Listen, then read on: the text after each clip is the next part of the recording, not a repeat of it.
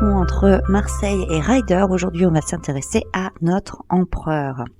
Si vous vous souvenez, la dernière fois, on avait vu notre impératrice, et si vous avez un Marseille et si vous êtes attentif, vous allez remarquer que, effectivement, entre notre impératrice et notre empereur de la version Marseille, on va retrouver quelques éléments qui sont assez similaires. Et ça, c'est pas anodin parce que en réalité c'est le roi et la reine, hein, donc forcément ils ont les pendants l'un de l'autre de leur personnalité et de leurs attributs. Alors, ce qui est intéressant, c'est que ici on a deux personnages donc qui s'appellent l'empereur et qui portent tous les deux le numéro 4, mais moi je vous invite à regarder justement ces numéros, tout simplement parce que dans la version de Marseille, on est dans un numéro 4 qui s'écrit avec un 4 bâtons. En réalité. Ici, on est dans la numérologie version romaine avec le 4 avec 5 moins 1. Et ça, c'est une différence qu'on a justement entre la version Marseille et la version Ryder. Lorsque le Ryder a été créé, ils ont repris en réalité la numérotation romaine qui est classique, mais ce qu'il faut savoir en réalité, c'est que dans la version Marseille, si on a 1, 2, 3, 4, ce n'est pas un accident, ce n'est pas une erreur. En réalité, ce 4 qui est marqué comme ça, c'est parce que le tarot se veut évolutif. Lorsque l'on prend l'intégralité des arcanes majeures, le mât va parcourir un chemin, une quête, et on en a parlé justement dans la première vidéo de cette série. Je vous invite à aller la revoir si vous vous en souvenez pas. Mais toujours est-il que ce mât, il va cheminer au travers des différents arcanes en passant par le 1, le 2, le 3, le 4, ainsi de suite, jusqu'à atteindre le 21. C'est ce qu'on appelle le parcours du mât.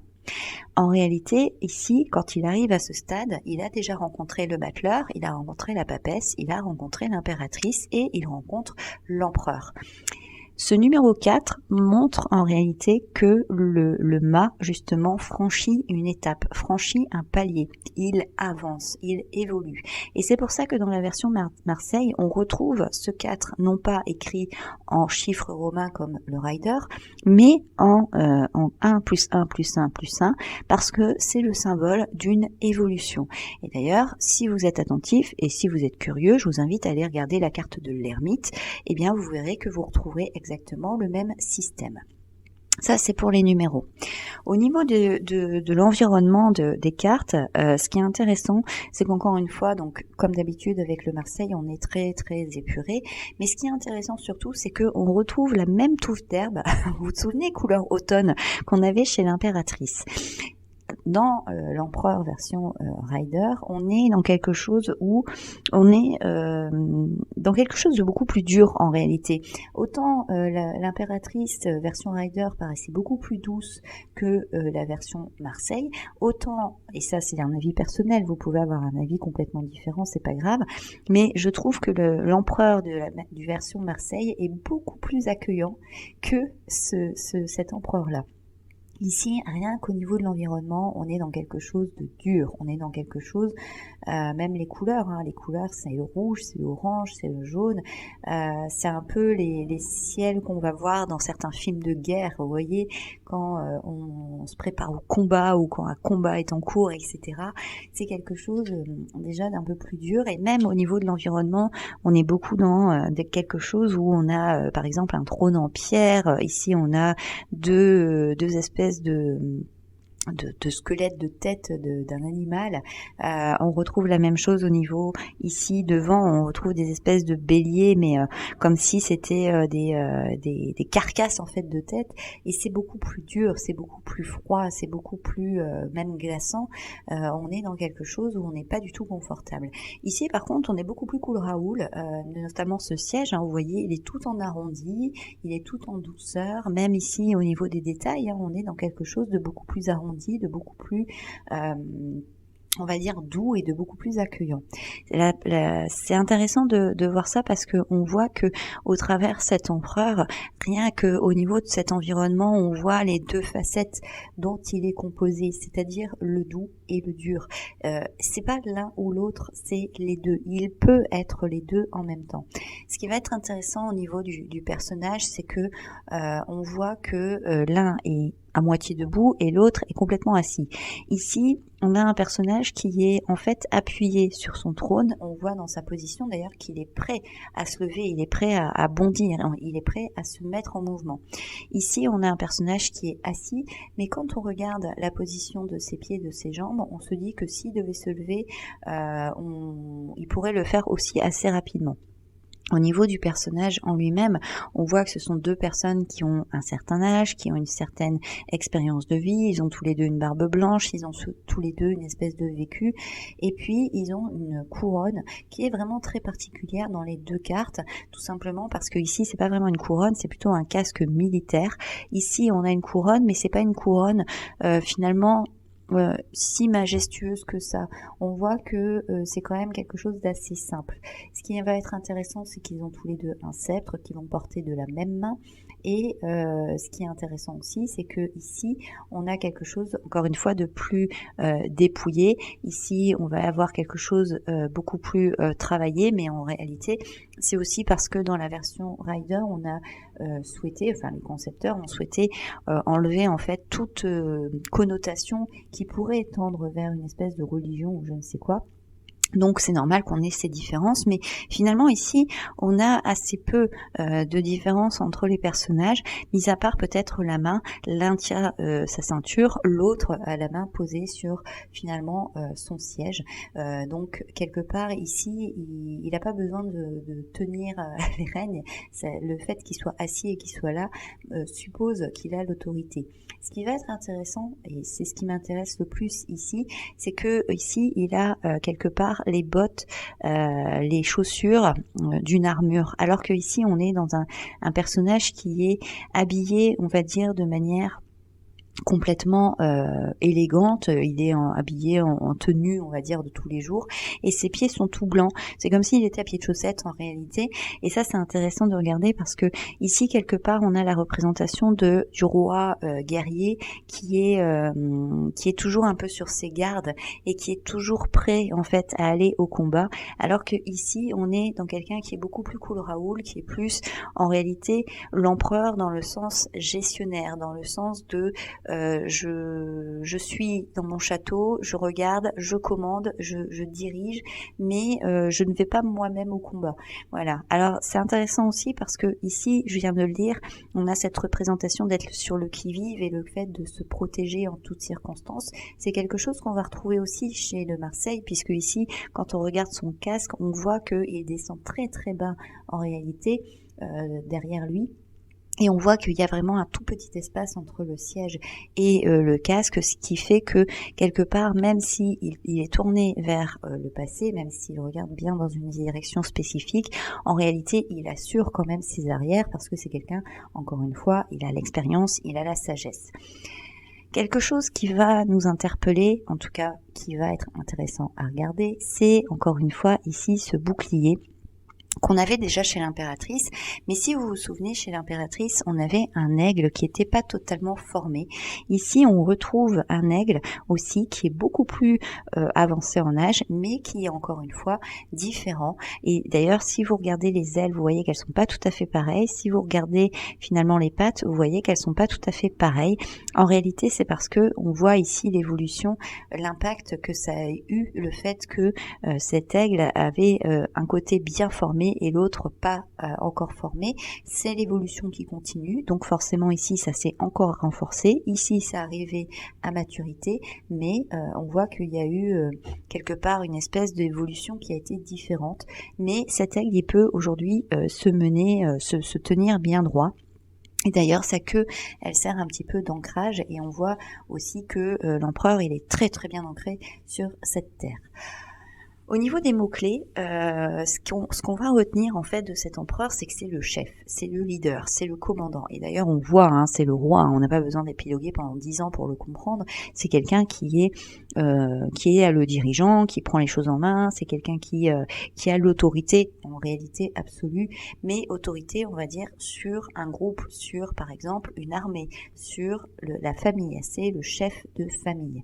Ça, c'est quelque chose de très intéressant. Mais aussi, c'est quelqu'un qui va se protéger, qui va chercher à protéger ses arrières. On le voit ici avec le casque, on le voit ici avec l'armure. C'est quelqu'un qui peut justement se montrer très à l'écoute, accueillant, etc. Mais il peut aussi se montrer très très dur. Mais on doit aussi retenir que c'est quelqu'un qui a un certain bagage, c'est quelqu'un qui a de l'expérience. Ça, c'est un mot-clé, l'expérience.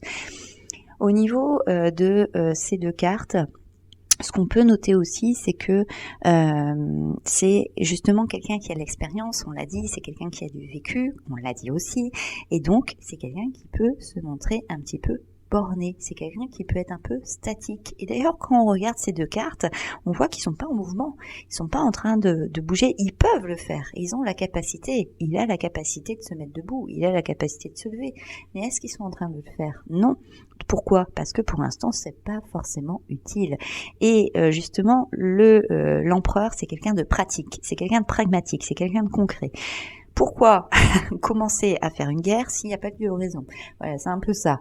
Pourquoi commencer à se mettre à table si le repas n'est pas fini? Voilà, ça c'est c'est pratique, c'est concret, c'est l'empereur.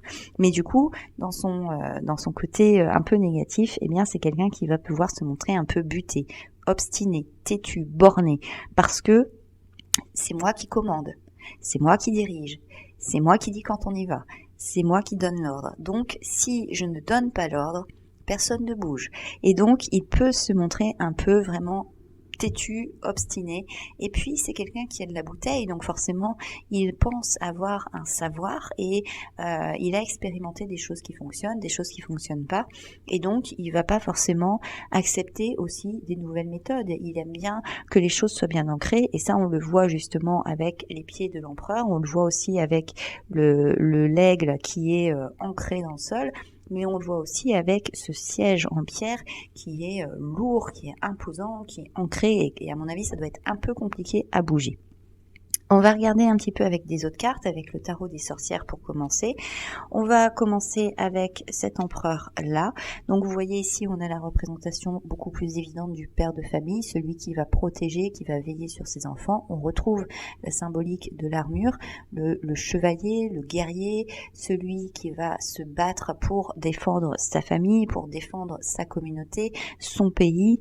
Voilà, c'est quelqu'un qui fait preuve de courage, c'est quelqu'un aussi qui a toujours un petit peu l'œil sur tout ce qui se passe, même s'il a des responsabilités, vu que c'est symbolisé ici par le monde dont il gère.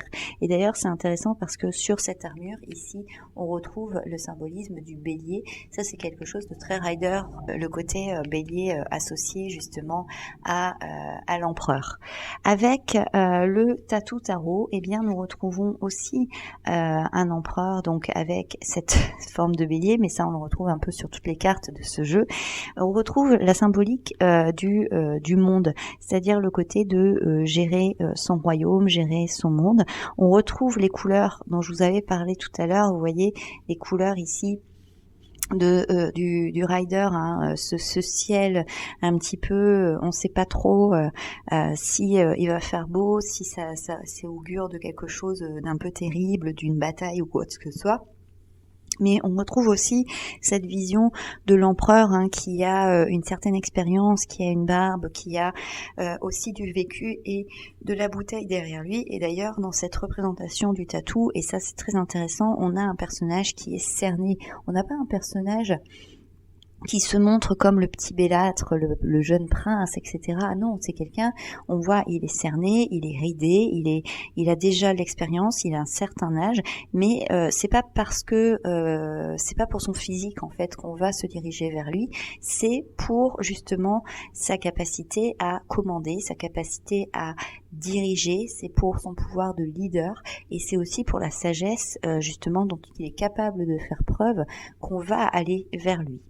Avec le tarot de la loi de l'attraction, nous avons cette représentation-là qui est très intéressante aussi, puisque celle-là, elle nous ramène aussi au quotidien. On voit encore un empereur qui est assis, qui attend.